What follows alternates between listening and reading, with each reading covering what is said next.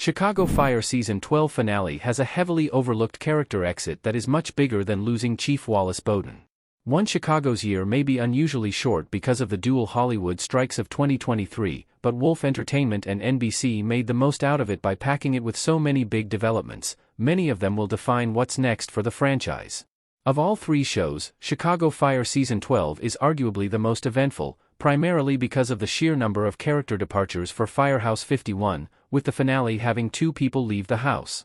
Ahead of Boden's exit, Chicago Fire Season 12's latest departure was Derek Gibson, a transfer who was seemingly settling in until he was unexpectedly written out of the show. Before him, Blake Gallo and Sylvie Brett also said goodbye to Firehouse 51 for personal reasons. Considering Eamon Walker's history with the franchise, being the very first actor to be cast in the Wolf Entertainment franchise, there was a big focus on his swan song, which turned out to be for the best. In the Chicago Fire Season 12 finale, Never Say Goodbye, Boden leaves to be the new CFD leader. Sam Carver goes MIA in Chicago Fire Season 12 finale. Kid reveals that Carver goes on another furlough. Firehouse 51 losing Boden is massive for its future, but he isn't the only one who leaves in the capper.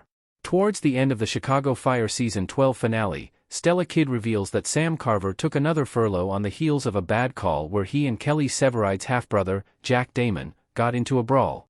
The disastrous shift was made so much worse by his argument with Violet Mikami in the locker room. They have been casually dating, but Carver admitted that he has developed feelings for her while she accused him of pining over Kidd. There's always a possibility that Carver returns in Chicago Fire Season 13. After all, Kidd says that he's just on furlough. However, considering one Chicago's history with unexpected exits over the years, it's also not outside the realm of possibility that this is it for the character.